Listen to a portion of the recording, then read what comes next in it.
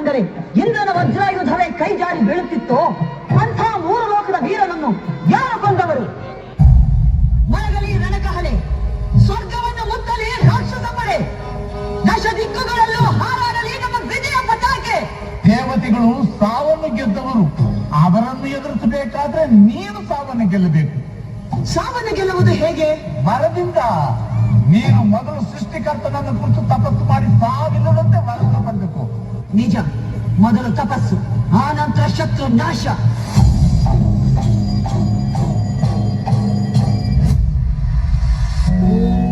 ಬ್ರಹ್ಮದೇವಾಯ ನಮಃ.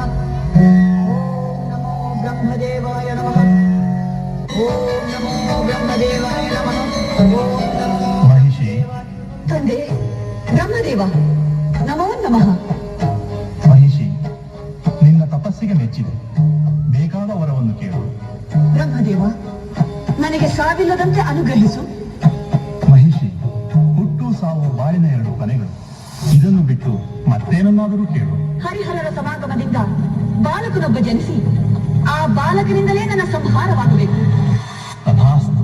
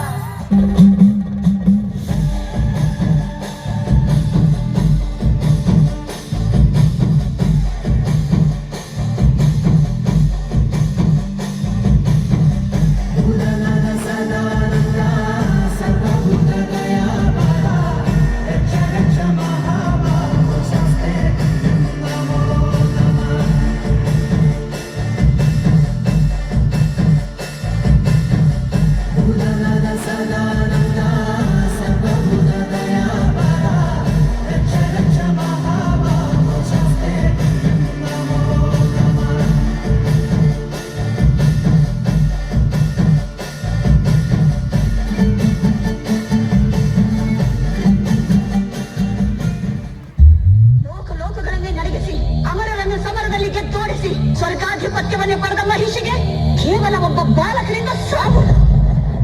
ನಾರಾಯಣ ನಾರಾಯಣ. ಪೂಜ್ಯರಿಗೆ ನಮಸ್ಕಾರ. ನೀನು ಯಾವ ಕಾರಣಕ್ಕಾಗಿ ಜನ್ಮವೆತ್ತಿರುವೆಯೋ ಅದನ್ನು ಪೂರೈಸುವ ಸಮಯ ಬಂದಾಯಿತು.